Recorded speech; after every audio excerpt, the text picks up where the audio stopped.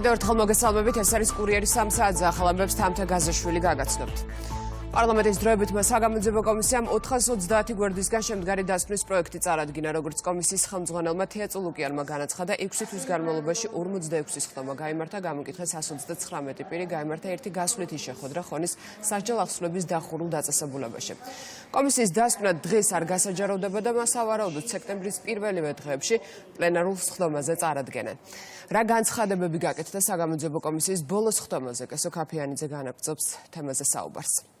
სამართლებრივი ხასიათის ისტორიული დოკუმენტი, რომელსაც პრაქტიკული შედეგები მოჰყვება, ეს არის ის შეფასება, რაც დასკვნით სხდომაზე კომისიის წევრებმა უწოდეს 430 გვერდიან დასკვნას, რომელიც აერთიანებს როგორც ნაციონალური მოძრაობის წინა ხელისუფლების ჩადენილ დანაშაულებს 2003-2012 წლებში, ასევე 2012 წლიდან დღემდე არსებულ პოლიტიკურ ვითარებას, როგორც კომისიის თავმჯდომარე ის თემები ჩამოთვალა და განმარტა, რომლებიც არის აღწერილი ამ დასკვნაში, ესენია პირველი დაეთმობა წინა ხელისუფლების პერიოდში 2003-2012 წლებში სასჯელ ახსნების დაწესებულებაში წამებისა და არაადამიანური მოპყრობის ფაქტებს, ასევე ადამიანების უფლების შელახვებს, ბიზნესის რეკეტს, მედიის თავისუფლების შელახვას, ასევე 2008 წლის აგვისტოს ომს და 2012-2025 წლებში პოლიტიკურ ვითარებას, რომელიც არ შეეხება მხოლოდ ნაციონალურ მოძრაობას, არამედ სხვა ოპოზიციურ პარტიებსაც შეეხება. ამ დრომდე კომისიას 129 პირი ყავს გამოკითხული, დასკვნა არის, როგორც უკვე გითხარით, 430 გვერდიანი და აერთიანებს 46 კომისიის სხდომას. რასაც დასკვნაში ნახავენ, ან ჩემი თუ სხვა ჩემი კოლეგის მოქმედება განაპირობებს და უნდა განაპირობოს ის, რომ ჩვენ არა მიზან ის კი არ არის, რომ ვინმე დავსაჯოთ და ამ დაპირისპირების კიდევ უფრო მეტ სპირალში შევიდეთ, არამედ ის, რომ აი ამ გაკვეთილებმა უნდა გვასწავლოს ერთი რამ, რომ მნიშვნელობა არ აქვს ვინ რა პოზიციაზე არის, მთავარი არის, რომ გვიყვარდეს ერთმანეთი, კიდევ უფრო მეტი დიდი პატივისცემა ერთმანეთის მიმართ, მით უმეტეს, როდესაც სახელმწიფო მმართველობაზეა საუბარი, არაფერი არ ღირს იმათ, ვიდრე არის ჩვენი ქვეყანა. ქალბატონ თეას მინდა უთხრა ძალიან დიდი მადლობა იმისთვის, რომ ოკუპანტი რუსეთის მიერ ნასროლი ისკანდერის და სხვა მძიმე დანაშაულების ჩათვლით, რომელიც არის ჩვენი ქვეყნის და ჩვენი ქვეყნის მოსახლეობის მიმართ ჩადენილი, ეს იქნა საერთაშორისო დონეზე დადასტურებული. დიახ, აგრესორს, ოკუპანტს დაერქვა საერთაშორისო დონეზე თავისი სახელი და ეს არის მართლაც მნიშვნელოვანი. ეს დოკუმენტი იქნება იმ ხარისხის და ისეთი ისტორიული მნიშვნელობის, რომელიც გახდება სახელმძღვანელო არსებული თაობების, არა მარტო მომავალი თაობების, რომელიც იქნება საფუძველი იმის, რომ გაიგებს თაობები თუ როგორი არ უნდა იყოს პოლიტიკური ძალა, არა თუ ხელისუფლებაში, საერთოდ პოლიტიკაში. კომისიაში არის მასალა, რომელიც ეხება რეალურ ფაქტებს, გარემოებებს. ეს მასალა არის აბსოლუტურად დოკუმენტური და მე ვუერთდები ჩემი კოლეგების მოსაზრებას, რომ საქართველოს უახლეს ისტორიაში მე არ გონია, რომ რაიმე დოკუმენტი მოიძებნებოდეს, როგორც ეს ასახულია დღევანდელი ამ კომისიის დასკვნაში. ქართველი ხალხი არ იმსახურებს, არასდროს არ უნდა ყავდეს ის ხელისუფლება, რაზეც ჩვენ ამ დოკუმენტში გვაქვს საუბარი. ეს იყო მართლაც რეჟიმი.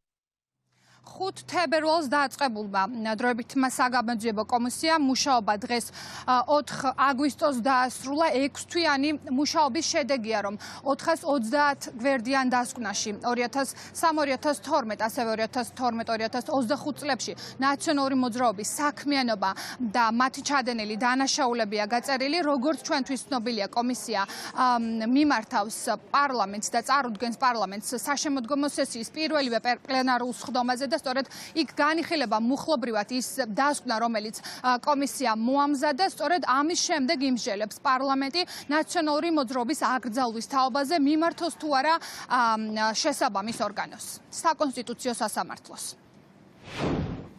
კესო კაფიანიძე საუბრობდა პირდაპირ ეთერში. კომისიის მუშაობის ეტაპებზე ისაუბრა თია წულუკიანმა, მან განაცხადა, რომ დასკვნას შესაბამისი ორგანოებს გადაეცემა დროებითი საგამოძიებო კომისია შეიქმნა ნაციონალური მოძრაობის ხელისუფლების საქმიანობის შესასწავლად. მოგვიანებით მანდატი 2012 წლის შემდეგ პერიოდზეც გაიზარდა. დაიბარეს არაერთი პოლიტიკოსი და მოწმე ოპოზიციონერი ლიდერების ნაწილი, რომლებმაც კომისიასთან არის თანამშრომლა დაკავებულია. ჩვენ დასკვნას შევადგინეთ რამდენიმე თავად. თავარი სტრუქტურა მინდა რომ საზოგადოებას გავაცნო. თავი, რომელიც ეძღვნება სასჯელ აღსრულებაში წამებასა და არაადამიანურ მოპყრობას. ფაქტებზე დაფუძნებით არის წარმოდგენილი აქ ყველა მასალა. თავი, რომელიც ეძღვნება მკვლელობებსა და ძალადობას ჩადენილ სახელმწიფოს წარმომადგენლების მიერ. თავი, რომელიც ეძღვნება ქონებრივი უფლებების დარღვევასა და ბიზნესის რეკეტს. ცალკე თავია გამოყოფილი მედიის თავისუფლების, გამოხატვის თავისუფლების და მედიის მესაკუთრეების წინააღმდეგ ტერორსა და მათ უფლებებს და დარღვევებს. ასევე არის შედარებით ნაკლები მოცულობის გასაგები მიზეზების გამო თავი, რომელიც ეძღვნება ჩვენი მოქალაქეების პირადი ცხოვრების დაცულობის ხელყოფის უხეშ ფაქტებს, მათ პირად სივრცეებში ფარული ჩანაწერების კეთებასა და შემდეგ ამ ჩანაწერების შანტაჟისთვის გამოყენების ფაქტებს. ცალკე თავია მიძღვნილი იმ ფაქტებისადმი, რომელიც გამოიკვეთა ყველას თვალწინ ახსნა განმარტებების შედეგად.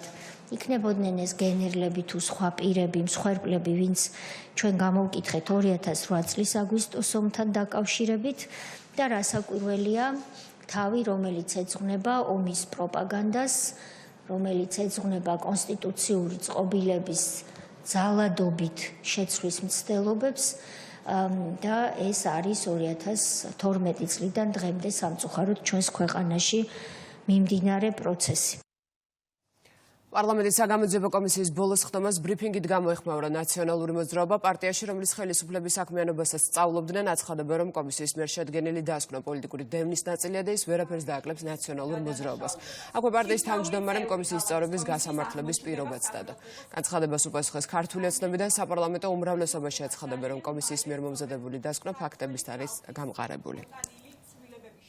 აგენ თუ ხელისუფლებაში მოვლენ ჩემი ფეხით გამოცხადების სადაც მეტყვიან, იმიტომ რომ მე არ მინდა საქართველოს დაღუპვას უღურო.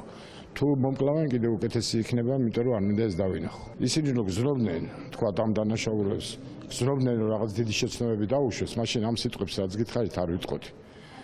მაგრამ ისინი აპირებენ ამის გამეორებას. ეს არის მთავარი უბედურება და იმიტომ თქვი ასე მძაფრად, რომ ეს ღმერთმა არ მანახოს მე ამის გამეორება. ნაციონალური მოძრაობისგან ძალაში რჩება მათივე თქმით მშვიდობიანი დამხობის დაპირებაც. ლევან ხაბაიშვილი ელოდება, რომ სექტემბრის პირველ რიცხვებში, მას შემდეგ რაც ევროკომისიის მიერ ხელისუფლებისთვის მიცემული დრო ამოიწურება, საქართველოს მოქალაქეებს ევროპიდან გამოაბრუნებენ და ეს გახდება ხელჩასაჭედი იმისთვის, რომ მთავრობა შეიცვალოს. ამ ვარაუდ შესრულება რომ არ უწევია ამის პირობას სახელისუფლებო პარტიადებს, როგორც ქართულ ოცნებაში აცხადებენ, მსგავსი განცხადებები აჩვენებს, როგორც ცდილობენ ოპონენტები უვიზო რეჟიმის თემით სპეკულირებას. ანუკა ბუავა გვერდდება თემის დეტალები. ანუკა პირდაპირ ეთერში ხარ. ეგრეთ წოდებული მშვიდობიანი დამხობის გეგმის სისრულეში მოსაყვანად ლევან ხაბაიშვილმა კონკრეტულ და საბოლოო ვადად ფაქტობრივად 4 ოქტომბერი განსაზღვრა, დღე, როდესაც ქვეყანაში უნდა გაიმართოს თვითმმართველობის არჩევნები, თუმცა ნაციონალური მოძრაობა ამბობს იმას, რომ რევოლუციური პროცესების დაწყების თარიღად შესაძლოა იქცეს სექტემბრის პირველი რიცხვები, მაშინ, როდესაც ამოიწურება ბრიუსელის მხრიდან განსაზღვრული ვადა საქართველოსთვის კონკრეტული რეკომენდაციების შესრულებისას და მაშინ, როდესაც მისივე მტკიცებით საქართველოს მოქალაქეებს ეტყვიან უარს სხვადასხვა ევროპულ ქვეყანაში შესვლაზე.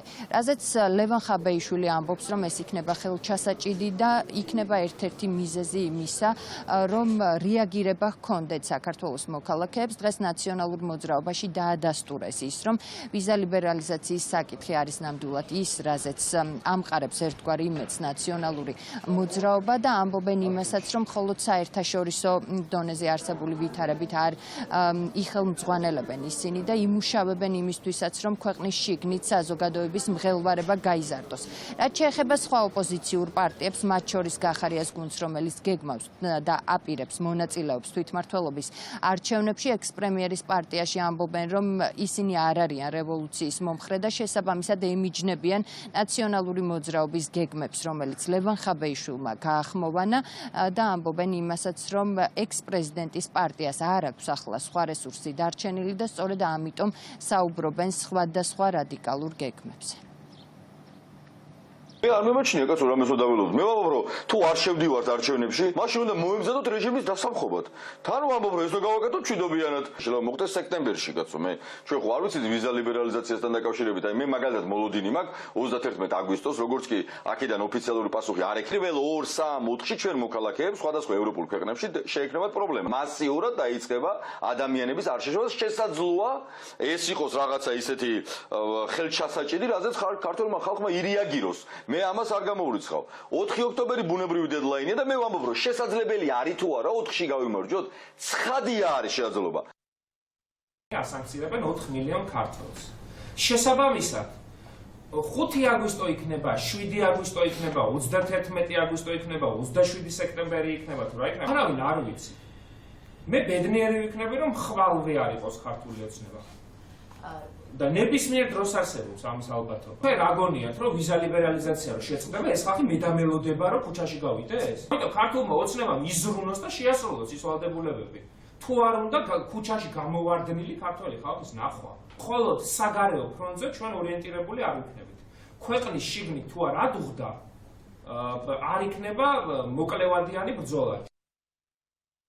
ჩვენ რევოლუციონერები არა ვართ და არასოდეს ჩვენი გზა ქუჩის გზა არ ყოფილა. ამ ლიბერალიზაციას რაც შეეხება, რაც არ უნდა თქვას ხაბეიშვილმა და როგორც არ უნდა შეიცადოს რომ რაღაც ჭექაში ქარიშხალი დაატრიალოს, ან როგორც არ უნდა იმ არ ვართ ის პარტია, რომელიც ადამიანების გამოყენების მომხრე არის და ესმის, რომ ნაციონალურ მოძრაობას, ღირსმოსამართლეობით და არამხოლოდ ნაციონალურ მოძრაობას, კიდე სხვა ოპოზიციურ პარტიებს იმის რესურსი აღარ აქვს, რომ ოცნებას ამორჩეველიან და აკარგვინოს ან რაღაცა აუხსნას.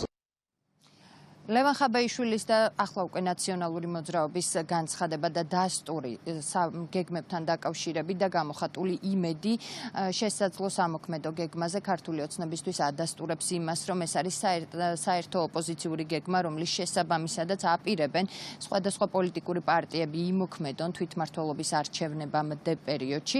ქართულ ოცნებაში ამბობენ იმასაც, რომ ისინი დარწმუნებული არიან, რომ ამ გეგმას შესრულება არ უწერია, შესაბამისად ერთ-ერთი მიზანი, რაც ახლა ოპოზიციურ პარტიებში და განსაკუთრებით ნაციონალურ მოძრაობაში აქვთ, როგორც მართლ პარტიაში ამბობენ, არის ის, რომ საზოგადოებაში შემოიტანონ მღელვარება და შექმნან დაძაბული ფონი იმისთვის, რომ მოხდეს პროცესების რადიკალიზაცია. ლევან ხაბეიშვილის განცხადებები უბრალოდ ღიმილის მომგვრელი, ხო? თითეული მისი გამოსვლა არის, რავი, 2-3 სიტყვიანი ანეკდოტი. რაც შეეხება დამხობას, ხა, ართლა ღიმილის მომგვრელია რა, მაქსიმუმ არ ვიცი რომელ ოფისის ხედან ეს ერთი ოფისი გაკიდებს კონი, ოფისში თუ დაამხობენ ერთმანეთს და ითამაშებენ. ხა რაც შეეხება უვიზოს ჭრილში და კიდევ ერთხელ უვიზო მიმოსვლის შეჩერების წამოჭრა ყველაზე სისხლიანი პარტიის, ნაცმოძრაობის და ყველაზე დესტრუქციული პარტიის ნაცმოძრაობის მხრიდან ეს ხო მათი მორალური სახეა და ეს ხო არის ის ასე ვთქვათ, რასაც ემსახურებიან მთელი თავისი არსით. თითეული მათი განცხადება, რევოლუციური განცხადება, თითეული მათი ქმედება, თითეული მათი ისე ვთქვათ გეგმა, თითეული მათი სცენარი, რომელიც ჩამოდის და ისინი ყურმოჭრილად ასრულებენ მეტყველებს ერთზე. მთელი თავიანთი დღე და მოსწრება პოლიტიკურ ასპარეზზე ისინი არ ემსახურებოდნენ ქვეყანას. ისინი ყოველთვის იყვნენ ქვეყნის ოპოზიციაში. და ამას საზოგადოებამ, როგორც 2012 წელს, ასევე 2012 წლის შემდეგ თითოეულ საპარლამენტო თუ ადგილობრივ არჩევნებზე გასცა მკაფიო და მკაცრი პასუხი. იგივე მოხდება 4 ოქტომბერსაც. ხაბეიშვილი ვიცით რომ აჟღერებს და ახმოვანებს გარკვეული ძალების გადაწყვეტილებებს, ხო? ეხლა რამდენიმე წლის წინ თქვა რომ თეცხენზე ავარდებოდა, შევარდებოდა ვივამეთში და გამოიხსნიდა სააკაშვილის თუ არა და თავმჯდომარე აღარ გახდებოდა ნაცმოძრაობის და ვერ შეასრულა ეხლა ვერანი ვერ ნახა, ვერც ცხენზე ამხედრებული ხაბეიშვილი ნახა და ვერც უბრალოდ კარებთან ვივამეთში მისული ხაბეიშვილი სააკაშვილის გამოსახსნელად. და დღესაც საუბრობს დამხობაზე რევოლუციაზე, ესეც რა თქმა უნდა გაჟღერებულია მის მიერ ის სიტყვები, რომელიც აქვს უცხოურ გლობალურ ობის პარტიას, ასევე აქაურ აგენტურას და ეს არის ხაბეიშვილის მისია ზოგადად. გასაკვირია რომ თქვა ვიზა ლიბერალიზაციის შეჩერების ეს თემა გამოიყენონ ხალხის გამოსაყვანად. რა თქმა უნდა, ყველაფერს აკეთებენ, რომ ხალხი დააზიანონ, გააღიზიანონ და შესაბამისად იქნებ როგორმე ქუჩაში გამოიყვანონ, იმიტომ რომ მათი დღის წესრიგი არაფერი არ არის ისეთი, რომ ხალხმა მხარი დაუჭიროს. რა თქმა უნდა, ერთ-ერთი მიზანი ეს არის სწორედ მათ შორის ვიზა ლიბერალიზაციის შეჩერების საკითხი. ლევან ხაბაიშვილი ეგრეთ წოდებული მშვიდობიანი დამხობის გეგმაზე ბოლო დღეების განმავლობაში განსაკუთრებით აქტიურად საუბრობს, ის რის გამოც ის არაერთხელ გამხდარა ამ პერიოდში თავად ოპოზიციური პარტიების კრიტიკის ობიექტიც, ამჯერად კი მან ერთ-ერთი მედიის მეშვეობით ისაუბრა ამ კონკრეტულ საკითხთან დაკავშირებით. მადლობა, ანუკა ბუავა საუბრობდა პირდაპირ ეთერში. შემოსავლების სამსახურმა მამუკა ხაზარაძის ოჯახის საკუთრებაში არსებული უძრავი ქონების გერმანიის ელჩისთვის იჯერეთ გაცემის საკითხზე მოკვლევა და ეწყო გამოქვეყნებული განცხადების თანახმად გამოვლინდა შესაძლო საგადასახადო კანონდარღვევა. საქმე იმაშია, რომ გერმანიის ელჩი პეტერ ფიშერი ბინას ოპოზიციონერი ლიდერის მამუკა ხაზარაძის მეუღლისგან ქირაობს. გუშინ უკვე თავად ლელოს ლიდერის ადვოკატებმა დაადასტურეს, რომ გაფორმებულია ხელშეკრულება, თუმცა შეთანხმების მიღმა და ისვე კითხვა არის თუ არა გადახდილი უძრავი ქონების გაქირავებით მიღებულ სარგებელზე საშემოსავლო გადასახადი. დღეს ამ თემაზე ლელოში კომენტარს არ აკეთებენ და აცხადებენ, რომ განმარტებას ადვოკატები გააკეთებენ. ბატონი ფიშერი არა მხოლოდ პოლიტიკურ ეთიკოს, არამედ ყველანაირი დიპლომატიური ჩარჩოდან არის გასული უკვე კარგი ხანია და საზოგადოება ძალიან კარგად ხედავს. ჩვენ სამართლებრივი მოწყობის ქვეყანაში ვცხოვრობ, სადაც კანონი კანონობს. ნებისმიერი ადამიანისთვის ელჩი იქნება, პოლიტიკოსი იქნება, მეწარმე იქნება, ჟურნალისტი იქნება, თუ არა აქვს მნიშვნელობა. არაერთხელ გვითხოვს, რომ უგეცი არ არის არც ერთი, ასე ვთქვათ, პროფესია ჩვენს ქვეყანაში კანონთან მიმართებით, ასე რომ ვისაც ეკუთვნის უწყებრივად მსგავსი საკითხები, როდესაც ბიუჯეტს და ქვეყნის შემოსავლის ეხება საკითხი, ლოგიკურია, რომ დაიწყო მოკვლევა. როდესაც ბატონ ფიშერზე და შემდეგ ბატონ ხაზარაძეზეა საუბარი, აქ უკვე ასე ვთქვათ, პოლიტიკური манипуляция, მისი ქმედებები, ბატონი ელჩის იქნება თუ ბატონი ხაზარაძის, ეს აბსოლუტურ კორელაციაშია ერთმანეთთან და საერთოდ არ არის გასაკვირი, როდესაც ხედავთ კიდევ ერთხელ კონვენციის დარღვევას, კიდევ ერთხელ პირდაპირ პარტ-მუშაკის ასე ვთქვათ, განცხადებებს ელჩის მხრიდან, შემდეგ ბატონი ხაზარაძის და მისი გუნდის დესტრუქციულ განცხადებებს, რა გასაკვირია, რომ აქ იკვეთებოდეს თაღლითობის კიდევ ერთი კომპონენტი იმ დიდ თაღლითობასთან, რომელიც თაღლითობას მათ ჩაიდინეს ქვეყნის და არა მხოლოდ ქვეყნის წინააღმდეგ.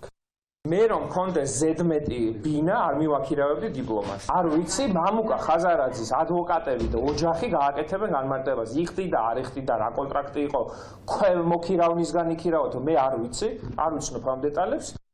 დიპლომატი ქირაობს უძრავ ქონებას ისეთი ადამიანისგან, რომელიც არის საჯაროდ ცნობილი, ჯერ ერთი ამ დიპლომატების ფავორიტი არის, ანუ სუბიექტურად დაინტერესებულია გერმანიის ელჩი, ევროკავშირის ელჩი, აი ხაზარაძით, იმიტომ რომ აშკარად საჯაროდ არის მის მხარეს პოლიტიკურად, რაც არ არის, რა თქმა უნდა, პოლიტიკურად სწორი და მეორეც, რა თქმა უნდა, ეს არის პირდაპირი დარღვევა კონვენციის, პირდაპირი დარღვევა დიპლომატიური წესით, როდესაც შენ შედიხარ გარიგებაში ისეთ ადამიანთან, რომელიც არის უკვე ექსტრემისტი პოლიტიკოსი. ჩვენ არაერთხელ გვითქვამს, რომ ზოგადად ელჩი და მე თვითონ ზეთ ქვეყნის ელჩი, როგორც გერმანია, ვალდებული არის, რომ ახსნას თითეული ნაბიჯი იმ პოლიტიკურ პროცესებში, რაც არის საქართველოში. და შესაბამისად, როდესაც ისეთი პოლიტიკური ფიგურისგან და ექსტრემისტი პოლიტიკური ფიგურისგან, როგორც არის ხაზარაძე, ქირაო ბინას, ელჩი და დიპლომატი, რა თქმა უნდა, კითხვის ნიშნები ძალიან დიდი და ახსნა განმარტებები არ იქნებოდა ურიგო. პათმელებისა და ნეტ გაზეთის დამფუძნებლის მზია ამაღლობელის სისხლის სამართლის საქმეზე გადაწყვეტილებას მოსამართლე 6 აგვისტოს 14 საათზე გამოაცხადებს. დღევანდელ სხდამაზე მზია ამაღლობელმა საბოლოო სიტყვით ისარგებლა. თქვა, რომ საპროცესო შეთანხმების შეთავაზება მისთვის შეურაცხყოფელია, რადგან მისივე განცხადებით ბათუმის პოლიციის უფროსის ირაკლი დგებუაძისთვის სინის გაწვნა პოლიციელზე თავდასხმა არ ყოფილა.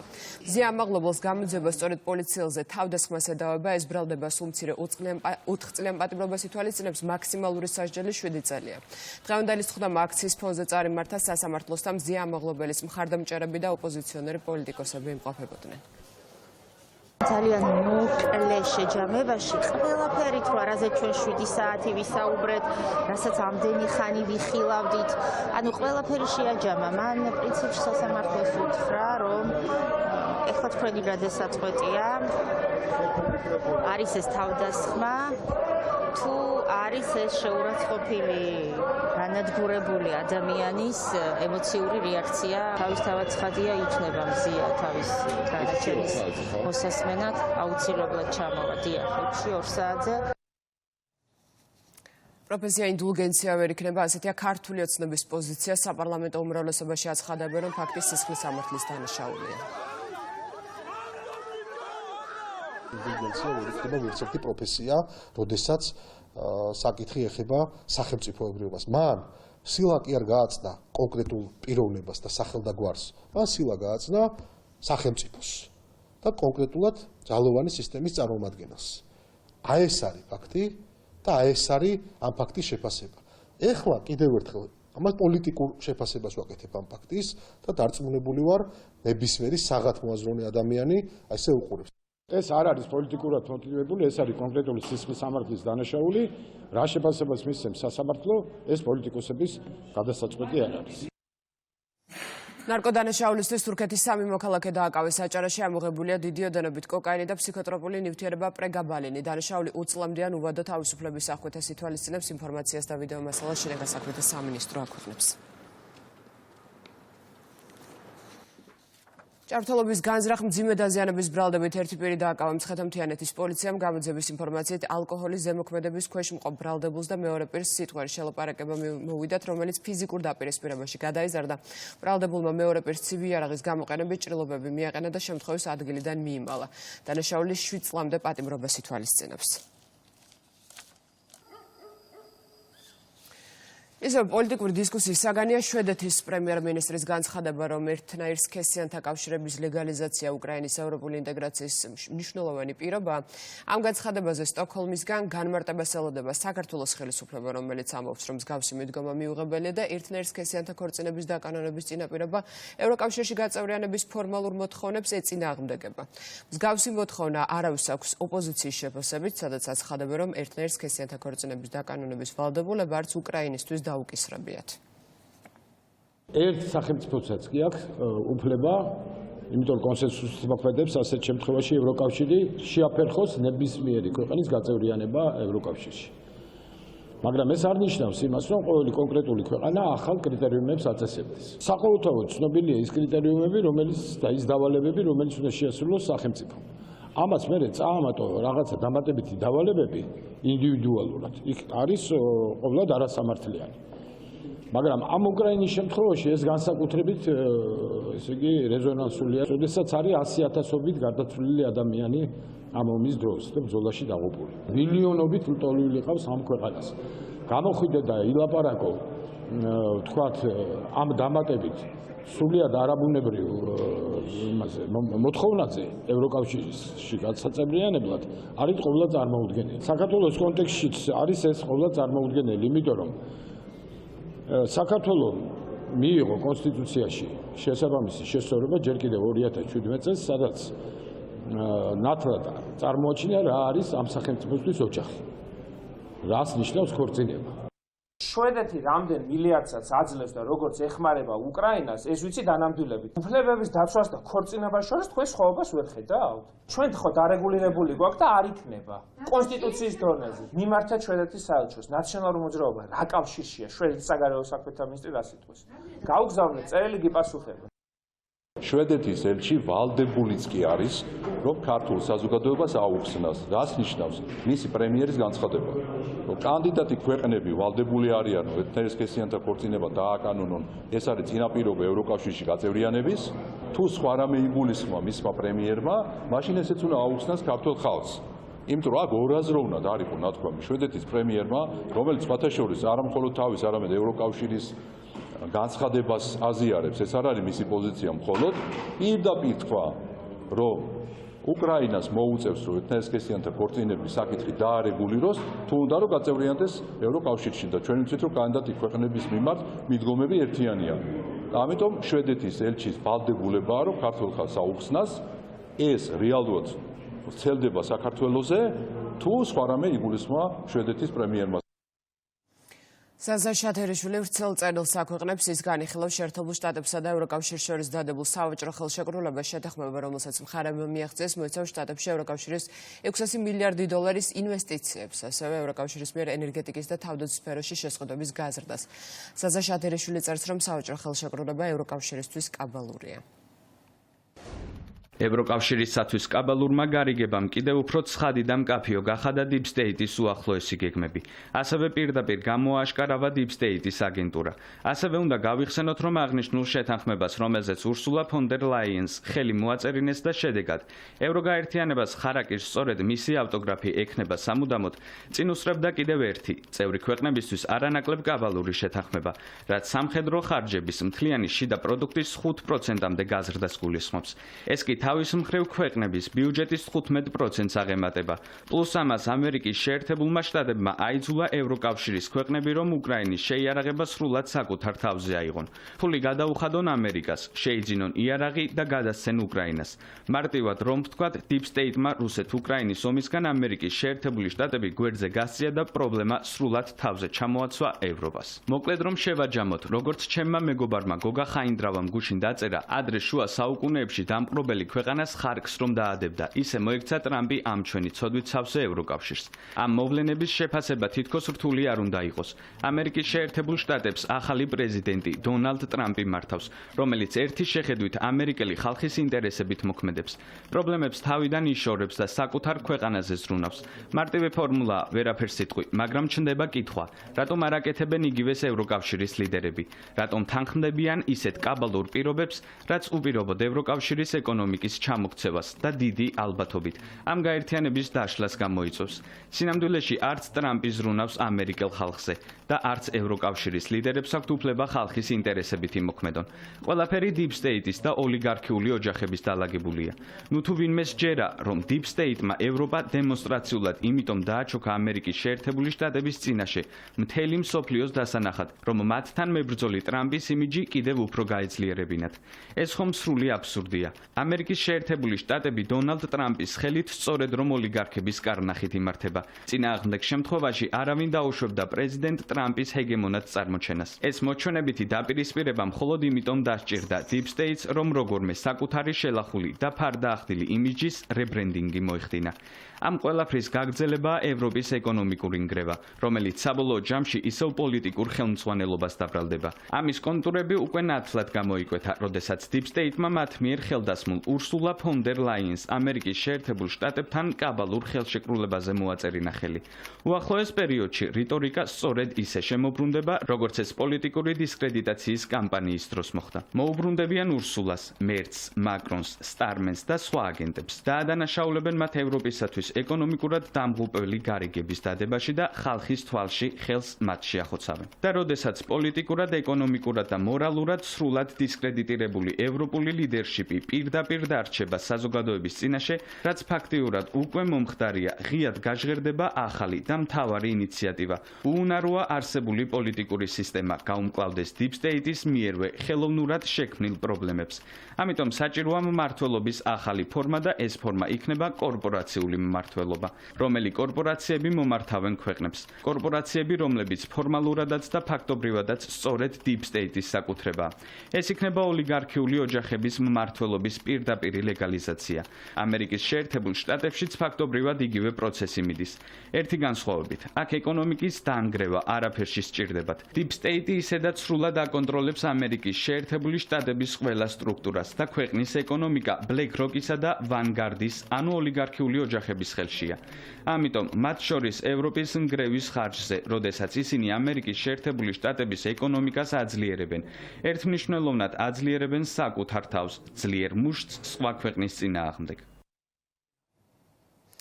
წერილში ზაზა შათერიშვილი წერს, რომ პოლიტიკოსების დისკრედიტაციის კუთხით შტატებში დრამატული ვითარება, ის ეგრეთ წოდებულ Deep State-ის გავლენებსა და კორპორაციული მმართველობის ლეგალიზების გეგმებზე საუბრობს. პოლიტიკოსების დისკრედიტაციის კუთხით კი ამერიკის შეერთებულ შტატებში კიდევ უფრო დრამატული ვითარებაა. გაიხსენეთ ბაიდენი, რომელსაც ქვეყნის პრეზიდენტი ერქვა და ქაღალდზე ხელმოწერის უნარი ჰქონდა დაკარგული. როგორ დაატარებდნენ მას ქალაქ-ქალაქ და როგორ გახადეს მსოფლიოს დასაცინად. გაიხსენეთ კამალა ჰარისი, რომელიც თავისი გონებრივი გაქანებით კოლეჯის პედაგოგადაც კი ვერ იმუშავებდა. ამ დროს ამერიკელებს პრეზიდენტობის კანდიდატად შესთავაზეს. შეხედეთ დონალდ ტრამპს თუ როგორ ექცევიან პარტნიორები. დღეს ერთს ათქმევინებენ, ხვალ სრულიად საპირისპიროს. ხან გრენლანდიის აღებით იმუქრება, ხან ნობელის პრემიას ითხოვს მშვიდობის დარგში და თან ირანს ბომბავს. ალაპარაკეს, რომ ყველა ომს 3 დღეში დაასრულებდა. მისი მოსვლის შემდეგ კი 5 ახალი ომი დაიწყო. ცხადია, ამ მასკარადის მიზანით საზოგადოების თვალში პოლიტიკოსების სახელმწიფოს ცნების დაკნინება და მმართველობის ახალი ფორმის, კორპორაციული მმართველობის შემოღებაა. ადრეც დავწერე და ახლაც ვიმეორებ. რთული სათქმელია, რომელი ქვეყანა იქნება Deep State-ისთვის პირველი პრეცედენტი, სადაც მათი მმართველობის ლეგალიზება მოხდება. მაგრამ პლაცდარმი მზად აქვთ როგორც ამერიკის შეერთებულ შტატებში, ასევე ევროპაში. ორივეგან პოლიტიკური სისტემა, მმართველობის ეს ფორმა სრულად არის დისკრედიტირებული. ხოლო გადაწყვეტილების მიღების დროს აირჩევენ იმ ქვეყანას, რომელიც იმ მომენტისთვის ყველაზე ეფექტური იქნება. ეფექტური იმისთვის, რომ უმოკლეს ვადებში აჩვენონ ხალხს კორპორაციული მმართველობის აბსოლუტური სიჯანსაღე და შემდგომ დომინოს ეფექტით შემოაღებინონ სხვა ქვეყნებს კორპორაციული მმართველობა. რა პროცესების ანალიზის შედეგად აღვწერეთ. ჩვენს თვალწინ ვითარდება და კონკრეტულ შედეგებსაც მალევე ნახავს საზოგადოება. ხოლო რა იქნება იმის შემდეგ? არც ეს არის რთული გამოსაცნობი. მე ხშირად ვახსენებ ოლდოს ჰაქსლის წიგნს საოცარი ახალი სამყარო, რომელშიც დეტალურად არის გადმოცემული ის საბოლოო მიზანი, რაც რელიგიურ ფანატიკოსებს, ოლიგარქიულ ოჯახებს აქვთ. მათი საბოლოო ამოცანა ადამიანთა მასა დაიყვანონ კრიტიკულ ნიშნულამდე, თავად გააკონტროლონ ახალი, უსქესო, უსამშობლო, უმიზნო, ურწმუნო ადამიანების გამოყვანა და მათ მონებად ქცევა, რომლებიც მხოლოდ ოჯახების სურვილებს მოემსახურებიან. პარალელურად, სწორედ კორპორაციული მმართველობის, ანუ მათი ჰეგემონიის ოფიციალურ ლეგალიზების დაკანონებისთვის აღმავებენ LGBT პროპაგანდას, რომელიც არ შეუწყვეტიათ. ყველგან, მათ შორის ამერიკის შეერთებულ შტატებშიც, ყველაფერს უკან აბრუნებენ. რეალურად LGBT პროპაგანდის წინააღმდეგ ბრძოლა გაითამაშეს, რადგან სისტემის რებრენდინგი სჭირდებოდათ და ასევე სურდათ Deep State-ის თემის მიჩქმალვა, რომელიც ფართო საზოგადოებისთვის საკმაოდ ცნობილი გახდა. Deep State-ს არც ამერიკის შეერთებულ შტატებში და არც ევროპაში არ შეუწყვეტია და არც შეწყვეტს. პირიქით, აძლიერებს LGBT პროპაგანდას. ამის საუკეთესო მაგალითია საქართველო, რომელსაც უსირცხვილოდ მოსთხოვა ევრობიუროკრატიამ, რომ გაუქმდეს ოჯახური ღირებულებებისა და არასრულწლოვანის დაცვის შესახებ კანონი, რათა LGBT პროპაგანდა უკან დაბრუნდეს. კიდევ უფრო დიდი სიმძლავრით ამოქმედდება ისეთი ექსპერიმენტები, როგორიც იყო ბილ გეიტსის მიერ აფრიკაში წარმოებული ვაქცინაცია, რამაც საბოლოოდ შობადობა ნულამდე დაიყვანა. კიდევ უფრო მძლავრად და დაუნდობლად ეცდებიან გაანადგურონ ისეთი მცირე ქვეყნები, როგორიც საქართველოა და სადაც ჯერ კიდევ შემორჩენილია სამშობლოს ცნება, რელიგია, წარსულის პატივისცემა და ეროვნული იდენტობა. მაგრამ ჩვენი გასაკეთებელი უნდა გავაკეთოთ ამ ბოროტების წინააღმდეგ. დავიცვათ ჩვენი ქვეყანა და იდენტობა. დანარჩენი კი, როგორც მთავარ საღვთო წიგნში, ბიბლიაში წერია, ყველაფერი ღვთისნებაა. სავარაუდო კორუფციასთან დაკავშირებული სკანდალის ფონზე პრემიერ-მინისტრის გადადგომის შემდეგ ლიეტუვაში თანამდებობას მინისტრთა კაბინეტის ყველა წევრი ტოვებს. შესაბამის განკარგულებას დღეს მთავრობის ბოლოს ხდომაზე მიიღებენ. გადადგომის მოთხოვნა ქვეყნის პრეზიდენტს გიტანას ნაუსედეს გადაეგზავნება. ერთ-ერთი მოქმედი მინისტრი პრემიერის მოვალეობას ახალი მთავრობის ფორმირებამდე შეასრულებს. უკრაინის მთელ ტერიტორიაზე განგაში იყო გამოცხადებული სპეციალური რეჟიმი რეგიონების ნაწილში ახლაც მოქმედებს. მიზეზით ცაზე რუსული MiG-31 ტიპის ავიაგამანადგურებლების გამოჩენა. ვრცელდება ინფორმაცია, რომ ოკუპანტი ქალაქების და დასახლებების მიმართულებით კიჟალის ტიპის რაკეტებს უშვებს.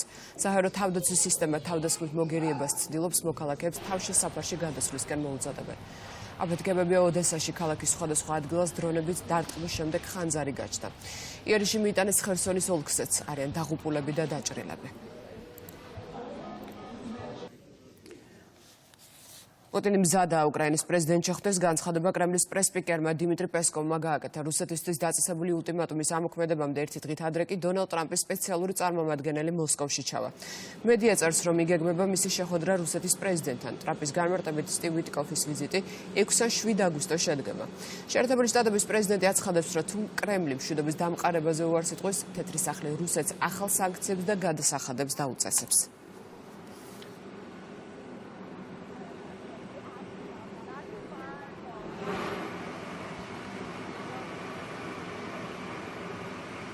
ერთიანი ეროვნული გამოცდების საპრეტენზიო განაცხადების მიღება დაიწყო პროცესი 2 დღის განმავლობაში 6 აგვისტოს 6 საათამდე გაგრძელდება. სააპელაციო განაცხადების მიღება მხოლოდ ელექტრონულად ვებგვერდზე online NIKE-G. აბიტურიენტს შეუძლია გაასაჩივროს როგორც ერთი, ასევე რამდენიმე დავალება. აპელაციის საფასურს გამოსაცდელი ხდის სააპელაციო განაცხადის შევსებამდე ერთი გამოცდის შედეგის გასაჩივრების საფასურია 50 ლარი. საპრეტენზიო განაცხადების მიღება დღეიდან დაიწყო და დასრულდება 6 აგვისტოს 18 საათზე. განაცხადების მიღება მხოლოდ და მხოლოდ ელექტრონულად, ხოლო დეტალური ინფორმაცია განთავსებულია შეფასებისა და გამოცდების ეროვნული ცენტრის ვებგვერდზე. აბიტურიენტებს ურჩევთ პირველ რიგში გაეცნონ თავიანთ ნაშრომს, ასევე კარგად გაეცნონ შეფასების სქემას და მხოლოდ ამის შემდგომ მიიღონ გადაწყვეტილება გასაჩივრების თაობაზე. ამასთან აბიტურიენტი უფლებამოსილია გაასაჩივროს როგორც მთლიანი ნაშრომი, ასე ცალკეული დავალებები. აქაც მივცემთ ჩვენ აბიტურიენტებს რჩევას, რომ მხოლოდ ის დავალებები გაასაჩივრონ, სადაც არ ეთანხმებიან ცენტრ შეფასებაში. CSGO-ს თავმჯდომარე შაორის ახალგაზრდული ბანაკის მონაწილეებს შეხვდა გიორგი კალანდარიშვილმა არჩევნების მნიშვნელობასა და პროცესებში ახალგაზრდების ჩართულობის აუცილებლობაზე ისაუბრა. CSGO-ს თავმჯდომარემ მათ ასევე მიაწოდა ინფორმაცია 4 ოქტომბერს დაგეგმილი კენჭისყრის შესახებ. გაიმართა დისკუსია და ისვა კითხვები. ჩვენ გვაქვს შესაძლებლობა ჩავერთოთ ახალ საბანაკე სეზონში, რომლის ფარგლებშიც გვაქვს საშუალება შევხვდეთ ასობით ახალგაზრდას, უზრუნველყოთ მათი ცნობიერების ამაღლება საარჩევნო საკითხებთან დაკავშირებით და ვისაუბროთ და ვიმსჯელოთ ისეთ მნიშვნელოვან გამოწვევებზე, როგორიც არის მაგალითად დეზინფორმაცია საარჩევნო პროცესებში, როგორიც არის ის პროგრესი, რაც ტექნოლოგიურმა ინტერვენციამ უზრუნველყო. შაორის ახალგაზრდული ბანაკი არაჩვეულებრივი შესაძლებლობაა თითოეული ახალგაზრდისთვის, ახალი ადამიანების გასაცნობად თუ მტკიცე კავშირების ჩამოსაყალიბებად და ახალი ინფორმაციის მისაღებად. მიხარია, რომ ამ შეხვედრაზე ვიყავი, მსგავსი ტიპის შეხვედრები კი მნიშვნელოვანია ახალგაზრდების ცნობიერების ამაღლებისთვის.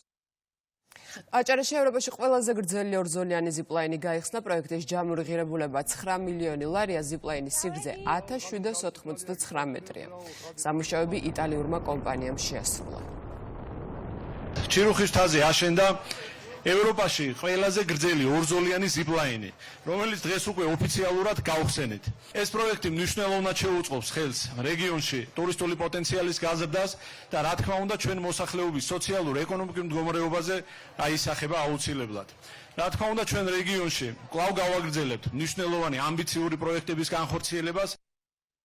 მნიშვნელოვანი სიახლე გვაქვს ტურისტული თვალსაზრისით და ასევე ინფრასტრუქტურის მნიშვნელობით მაღალმთიან აჭარაში გაიხსნა ზიპლაინი, რომელიც ევროპაში ორზოლიანი ზიპლაინის სტატუსის კუთხით პირველ ადგილს იკავებს. ექსტრემალური თვალსაზრისით მნიშვნელოვანია, რომ 2400 მეტრის სიმაღლიდან ხდება დაშვება, რაც ფიქრობთ სამომავლოდ დიდ დატვირთვას და პოტენციალს მისცემს როგორც რეგიონს, ასევე მთლიანად ჩვენს ქვეყანას. ძალიან მაგარი იყო, აუცილებლად უნდა ცადოთ, გამოსცადოთ. ეს ძალიან აღალვებული ვარ და ბედნიერთ, რომ ემოციებისგან დავიცალე.